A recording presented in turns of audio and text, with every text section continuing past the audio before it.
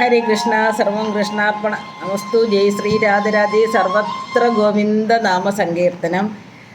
ജയ് ശ്രീ രാധരാധേ. എൻ്റെ കൃഷ്ണതീർത്ഥം ചാനലിലേക്ക് ഏവർക്കും സ്വാഗതം. ചാനലൊക്കെ ഇഷ്ടപ്പെട്ടെങ്കിൽ, ഭഗവാന്റെ കഥകളൊക്കെ ഇഷ്ടപ്പെട്ടെങ്കിൽ എനിക്ക് വേണ്ടി ഒന്ന് ലൈക്ക് ചെയ്യണം, സബ്സ്ക്രൈബ് ചെയ്യണം, എൻ്റെ ചാനൽ കമൻസുകളൊക്കെ എഴുതണം. ഇന്ന് പറയാൻ പോകുന്നത് തിരുവാതിര വ്രതത്തെക്കുറിച്ചാണ്. അതായത് നമ്മൾ ഏകാദശി, തുറക്കുപാതിൽ ഏകാദശിക്ക് കഴിഞ്ഞു, പ്രദോഷമായി. ഡിസംബർ 13 തിരുവാതിരയാണ്. അപ്പോൾ അതിന് മുന്നേ വേറൊരു ഐതിഹ്യം പറയാം.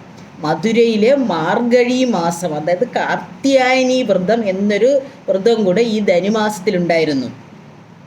അത് നന്ദകുമാരൻ്റെയും യശോദാമ്മയുടെയും മകനായ ഭഗവാൻ കണ്ണന് വേണ്ടി ഗോപസ്ത്രീകളും കന്യകമാരും എല്ലാവരും എടുക്കുന്ന വ്രതമാണ് കാർത്യായനി വ്രതം. മാർഗഴി മാസത്തിലെടുക്കുന്ന ഒരു മാസത്തെ വ്രതമാണ്. പൊങ്കാലത്തേക്ക് എണീറ്റ് കുളിച്ച് അവർ ഭഗവാന്റെ നാമങ്ങളൊക്കെ ഉരുവിട്ട് നടക്കുന്ന ഒരു മാസമാണ് ഈ മാർഗഴി മാസത്തിന്. അങ്ങനെ ഒരു പ്രത്യേകതയും കൂടെ ഉണ്ട് മധുരയിൽ. അപ്പോൾ തമിഴ്നാട്ടിലൊക്കെ ഇത് വളരെയേറെ ഗോപികമാരും കന്യകുമാരും എല്ലാവരും സ്ത്രീകൾ മൊത്തം ആചരിക്കുന്ന ഒരു വ്രതമായിരുന്നു കാർത്യായനി വ്രതം. കേരളത്തിൽ കുറച്ച് പേരുണ്ട്, എന്നാലും ഇപ്പോഴും മിക്കവരും അത് ആചരിക്കുന്നുണ്ട്.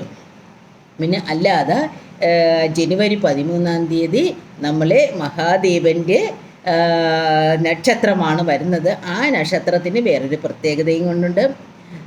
ദേവി പാർവതിയെ വിവാഹം ചെയ്തതും ഈ ധനുമാസത്തിൽ ഒരു തിരുവാതിര ദിവസം എന്നാണ് പറയുന്നത്. പിന്നെ പാർവതി ദേവി തപസ് ചെയ്ത സമയത്ത് പാർവതി ദേവിയെ സഹായിക്കാൻ വേണ്ടി കാമദേവൻ അസ്ത്രങ്ങളൊക്കെ പ്രയോഗിച്ചല്ലോ. അങ്ങനെ പരമശിവൻ്റെ തൃക്കണ്ണ് കൊണ്ട് കാമദേവിനെ നശിപ്പിക്കും. അങ്ങനെ കാമദേവൻ്റെ ഭാര്യ ദിതിദേവി ഒരു വ്രതം എടുക്കുന്നതും ഈ ധനുമാസത്തിലെ തിരുവാതിരയുടെ അന്ന് എന്നാണ് പറയുന്നത്. അപ്പോൾ ധനുമാസത്തിൽ തിരുവാതിര നമ്മൾക്ക് ഉപവാസം പോലെയും നോമ്പും ഒക്കെ എടുക്കാം. അപ്പോൾ ഈ തുടങ്ങുന്നതെന്ന് വെച്ചാൽ 13 അതായത് 13 കുറച്ച് സമയം മാത്രമേ നമ്മൾക്ക് തിരുവാതിര വ്രതമുള്ളൂ. അപ്പോൾ 12 ഞായറാഴ്ച 11 മണി മുതൽ 26 മിനിറ്റ് അപ്പോഴാണ് തിരുവാതിര നക്ഷത്രം തുടങ്ങുക. അതുവരെ മകയിരമാണ്. ആ സമയം മുതൽ രാവിലെ 11 മണിക്ക് ശേഷമാണ്, 11 മണി മുതൽ 26 മിനിറ്റ് ആ സമയം അതിന് ശേഷമാണ് തിരുവാതിര നക്ഷത്രം തുടങ്ങുന്നത്. അപ്പോൾ ആ സമയം മുതൽ നമ്മൾക്ക് ഉപവാസം പോലെയുള്ള വ്രതങ്ങൾ അനുഷ്ഠിച്ചു കൊടുക്കും. പക്ഷേ അതിന് മുൻപേ നമ്മൾ ഉച്ചയ്ക്ക് ഒരു നേരത്തെ ആഹാരമാണെങ്കിലും നമ്മൾ കഴിക്കുന്നത് ചോറും. അപ്പോൾ ഒരിക്കലും നമ്മൾ അതിന് മുൻപേ എടുത്ത് കഴിക്കണം എന്നാണ് പറയുന്നത്. അപ്പോൾ അതിന് ശേഷം ശനിയാഴ്ച, അതായത് അപ്പോൾ ഞായറാഴ്ച ദിവസം നമ്മൾക്ക് പാതിരപ്പൂ ചൂടലൊക്കെ ഉണ്ട്. അതായത് 12 സന്ധ്യയ്ക്ക് സ്ത്രീകൾ പാതിരപ്പൂ ചൂടൽ എന്ന ഒരു ആചാരവും കൂടെ ഉണ്ട്. എന്നിട്ട് ഉറക്കം ഒഴിയുന്നവർക്ക് ഉറക്കമൊഴിയാം, ഇല്ലാത്തവർക്ക് ഉപവാസം പോലെ കനിഷ്ഠ, പിന്നെ ഏകാദശി നോമ്പ് ഉപവാസമൊക്കെ എടുത്ത് ഉറക്കം കഴിഞ്ഞ് കുറച്ച് ക്ഷീണങ്ങളൊക്കെ ഉണ്ടാവും. അപ്പോൾ നമ്മൾക്ക് എന്തെങ്കിലും കുറച്ച് ലഘുവായുള്ള ഭക്ഷണങ്ങളൊക്കെ നമ്മൾക്ക് ഞായറാഴ്ച, അതായത് ഞായറാഴ്ചയാണ് നിങ്ങൾ വ്രതം എടുക്കേണ്ട ദിവസം. ഞായറാഴ്ച 11 മണിക്ക് ശേഷം, അതായത് രാവിലെ 11 മണിക്ക് ശേഷം മാത്രമേ തിരുവാതിര നക്ഷത്രം തുടങ്ങൂ. പിന്നെ എട്ടങ്ങാടിയിൽ പുഴുക്കലുണ്ട്. 8 കിഴങ്ങ് വർഗ്ഗങ്ങൾ ചേർത്ത പുഴുക്കലൊക്കെ ശനിയാഴ്ചയും ഒക്കെ ഞായറാഴ്ചയൊക്കെ ഉണ്ട്. കാരണം ഈ നോമ്പ് കഞ്ഞി പോലെയാണ് അവരത് നടത്തുന്നത്. അപ്പം നമുക്ക് കിഴങ്ങുകളൊക്കെ കഴിക്കാം ഞായറാഴ്ച. എന്നിട്ട് ഞായറാഴ്ച രാത്രി നമുക്ക് വേണ്ടോ മഹാദേവന് വേണ്ടി ഉറക്കമൊഴിയുന്നവർക്ക് ഉറക്കമൊഴിയാം, ഇല്ലാത്തവർക്ക് അത് നോമ്പ് പോലെ നോറ്റെടുക്കാം.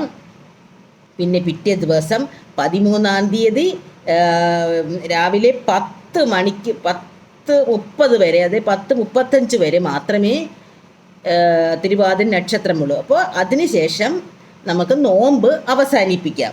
നോമ്പ് അവസാനിപ്പിച്ചെന്ന് പറഞ്ഞുകൊണ്ട് ആരും പോയി കിടന്ന് ഉറങ്ങുകയോ ഇറച്ചി മീനും ഒന്നും കഴിക്കുകയോ ഒന്നും ചെയ്യരുത്. അപ്പോഴും നമ്മൾ നോമ്പിലായിരിക്കണം. പക്ഷേ നമുക്ക് നോമ്പ് അവസാനിപ്പിച്ച് ബാക്കിയുള്ള ചോറ് മറ്റുള്ള ആഹാരങ്ങളൊക്കെ നമുക്ക് കഴിക്കാവുന്നേ ഉള്ളൂ. പക്ഷേ ഉറങ്ങരുത്. ഉറങ്ങുന്നത് 13 വൈകുന്നേരത്തെ ദീപാരാധനയും കൂടെ കണ്ടതിന് ശേഷം മാത്രമേ എല്ലാ പേരും ഉറങ്ങാൻ പാടുള്ളൂ. അപ്പോൾ ഭഗവാന്റെ തിരുവാതിര നക്ഷത്രമാണ് 13 വരുന്നത്.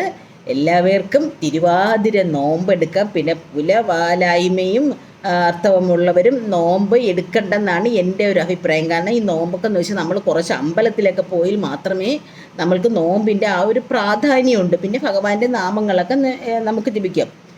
ഇപ്പം 12-ാം തീയതി ഉറക്കൊഴിഞ്ഞിരിക്കുമ്പോൾ നമുക്ക് ഭഗവാന്റെ ഒരു നോട്ട് ബുക്ക് എടുത്ത് വെച്ച് ഭഗവാന്റെ നാമങ്ങൾ ഒരു 108 പ്രാവശ്യമോ 1001 പ്രാവശ്യമോ 1008 പ്രാവശ്യമോ എത്ര വേണമെങ്കിലും ഓം നമഃ ശിവായ എന്ന് എഴുതാം. അങ്ങനെയാണ് നോമ്പിൻ്റെ. അപ്പം നോമ്പ് പിന്നെ 13-ാം തീയതി കാലത്ത് മഹാദേവിന് പോയി ഒരു നൈവേദ്യ പൊങ്കാലയൊക്കെ നമ്മൾക്ക് ഇടാം. അങ്ങനെയും നമ്മൾക്ക് ചെയ്യാം. പിന്നെ അമ്പലങ്ങളിൽ ശിവധാരയ്ക്ക് പാലഭിഷേകം, ഭസ്മാഭിഷേകം ഇങ്ങനെ ചടങ്ങുകളൊക്കെ ചെയ്യാവുന്നതാണ്.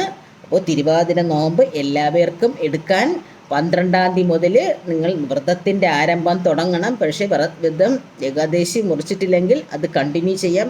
ഏകാദശി പാരണയൊക്കെ വീഡിയോല്ലോ. അപ്പം നമ്മൾക്ക് 13-ാം തീയതിക്ക് ശേഷം മാത്രമേ തിരുവാതിര നോമ്പും കൂടെ എടുത്തതിന് ശേഷം വ്രതമൊക്കെ മുറിക്കാം. എല്ലാവരും പോയി മഹാദേവന് ഒരു പൊങ്കാലയൊക്കെ ഇടുക. അങ്ങനെയാണ് ഈ തിരുവാതിര വ്രതവും മഹാദേവൻ്റെ വ്രതവുമായിട്ട് വരുന്നു. പിന്നെ മാർഗശീർഷം ആ മാസത്തിൻ്റെ അവസാന ദിവസമാണ് 13-ാം തീയതി. തിരുവാതിര കൊണ്ട് ഒരു മാസത്തെ വ്രതം എടുക്കുന്ന കാർത്തിയായനി വ്രതം എടുക്കുന്ന കന്യകമാരും ഉമ്മമാരൊക്കെ ഉണ്ട്. അതും അവസാനിപ്പിക്കാം. തിരുവാതിര വ്രതം തുടങ്ങേണ്ട ഞാൻ ഒന്നും കൂടെ പറയാം. ഞായറാഴ്ചയാണ്. ഞായറാഴ്ച 11 മണി തൊട്ടാണ് തിരുവാതിര നക്ഷത്രം ആരംഭിക്കുന്നത്. തിങ്കളാഴ്ച ഒരു 10:35 ഒരു 40 ആകുമ്പോഴത്തേക്ക് തിരുവാതിര നക്ഷത്രം അവസാനിക്കും. അതിനുശേഷം നമുക്ക് വ്രതം അവസാനിപ്പിക്കാം. പാലനയൊക്കെ വീതി ഭക്ഷണമൊക്കെ കഴിച്ച് ഉച്ചയ്ക്കത്തെ ചോറൊക്കെ അമ്പലങ്ങളിലൊക്കെ ചിലപ്പോൾ ചോറുകളൊക്കെ കാണും. അതൊക്കെ നമ്മൾക്ക് കഴിക്കാം. പക്ഷേ എന്ന് പറഞ്ഞുകൊണ്ട് വ്രതത്തിലായിരിക്കണം. പിറ്റേ ദിവസം 14-ാം തീയതി മാത്രമേ നമ്മൾ നോൺ വെജിലോട്ടൊക്കെ പോകും. നോൺ വെജ് കഴിക്കുന്നവർക്ക് ഉണ്ടാവുമല്ലോ. അപ്പോൾ നോൺ വെജിലോട്ട് പോകണത് 14-ാം തീയതി മാത്രമേ പോകൂ. 13-ാം തീയതി ദീപാരാധനയൊക്കെ കണ്ടതിന് ശേഷം മാത്രമേ നമ്മളുടെ തിരുവാതിര വ്രതത്തിന് ഒരു ഉപയോഗം ഉണ്ടാകുകയുള്ളൂ. അതുകൊണ്ട് എല്ലാവരും തിരുവാതിര വ്രതം എടുക്കുക. ഹരേ കൃഷ്ണ. സർവം കൃഷ്ണാർപ്പണമസ്തു. ജയ് ശ്രീരാധര. സർവത്ര ഗോവിന്ദ നാമ സങ്കീർത്തനം.